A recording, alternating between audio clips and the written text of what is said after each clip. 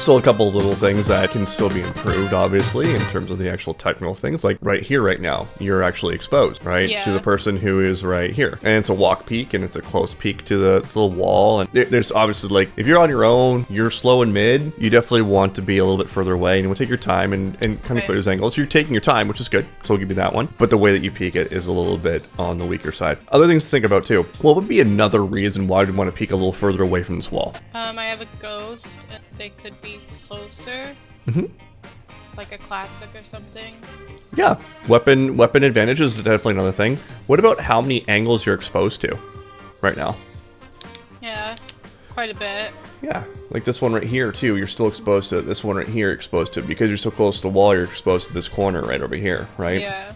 So you want to limit how many angles you're exposed to when you're peeking things, right? That gives you more of a chance to have your cross replacement dominate a gunfight because you're not peeking as many threats, right?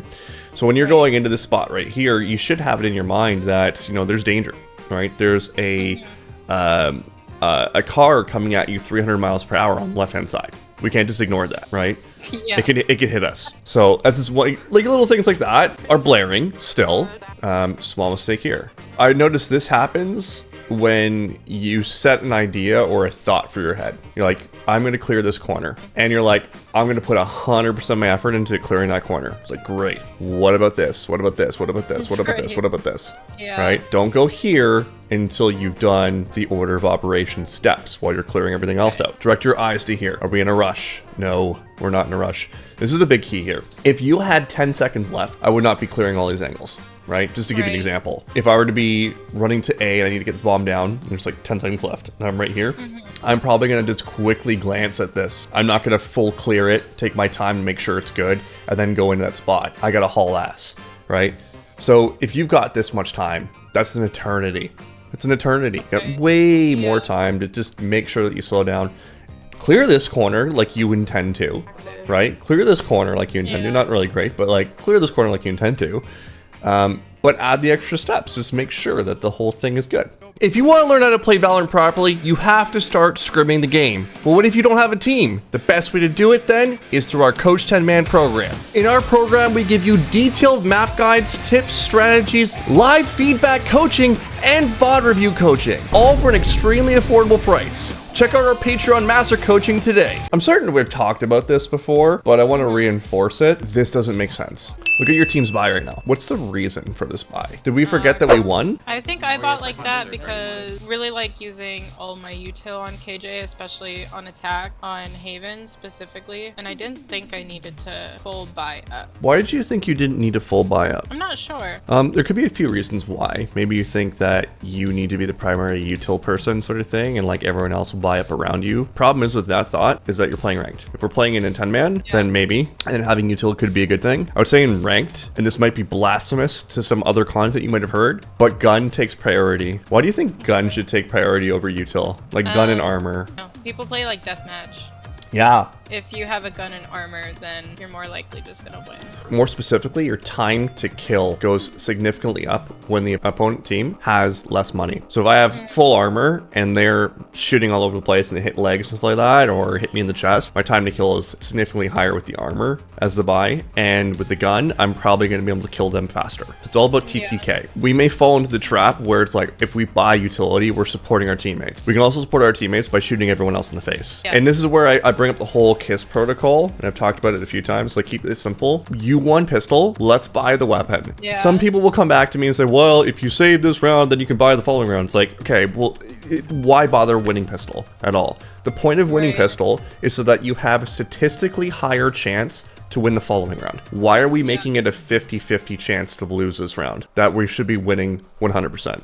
Think of it like this, okay? So we go and we do a save. Then we have a full gun round on the following round. Let's say that we win this round and we won a 50-50 round because you're basically saying, I'm going to play to the same advantage as the other team on our second round. So then what we're going to do is on the third round, we're going to play to the same advantage that the other team has. In fact, we might be a little bit less because maybe one of our teammates decides to buy. So then they're going to have a weaker buy. So it's actually going to be like a 60-40 in favor of them. So it logically makes no sense to win pistol round. We're just giving up the advantage at that point. So even if it isn't a 60-40, it's two 50-50s at best case scenario. We're just giving them chances every round to win. So here's what I want you to do. When you have teams that insist on this, and I've heard this before, like, oh, my team told me I have to like buy like this. I'm like, yeah, that's the reason why they're that rank. Here's what I would do is I would make a suggestion. If the person or the team neglects to do that, then you follow along. I want to hear you say it though, so that I know that you're doing it, because 9 times out of 10 the team will end up buying. What you're gonna say to your team: we won pistol, do we buy here, question mark? Do we buy here and take the easy round win here? Do you word it that way so it's a question, so that they come up with the answer themselves? That way it's no ego, right? Like, oh yeah, that's a great idea. That's what I was thinking. Then you win the battle. Now you win that round, and then the following round you might have a 40-60 because you have a less buy, but you end up buying the following round anyway. So you'll probably end up being in a 3-1. Worst case scenario. Best case scenario, you're in a 3-0, and then you're in a 4-0 because you end up winning the bonus. So it just makes more sense that way. The reason why you win pistol is so that you can gather more rounds. Momentum is key. Don't give up the momentum. It's like letting them off of the noose. So look towards B, yeah, I know. One's on B right now. Okay. So at this point, the window's still a threat for you, and this is a threat. You're in a 3v2 situation. What should you do? Either go with them or like ask Omen for smoke. I would go with them, yeah. I would just go with them. This is easier to work with. Both garage.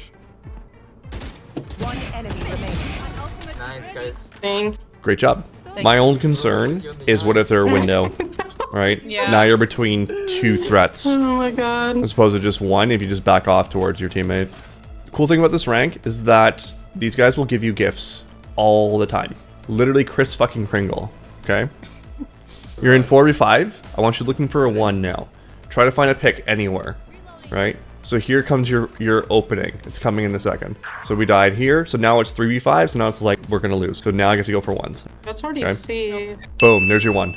Alarm bot. Chase after that bitch, right? One's walking out A. Run him down. We have I'm a fighting this one. shotgun. I'm fighting this one. You swing this bitch, okay? Swing him. Yeah. Swing him. Still need to swing him. 3v4. Go for it, right? I don't care what's going on over Wait, they're here. in If you go in here with them and you commit, we have a 3v4 retake. We don't lose. We don't win that statistically. Statistics are not on our side, okay? So I want you taking this fight over here on the radar. Window. They're in window. There's no need to walk here. They know you're here, right? They've pushed up all through A.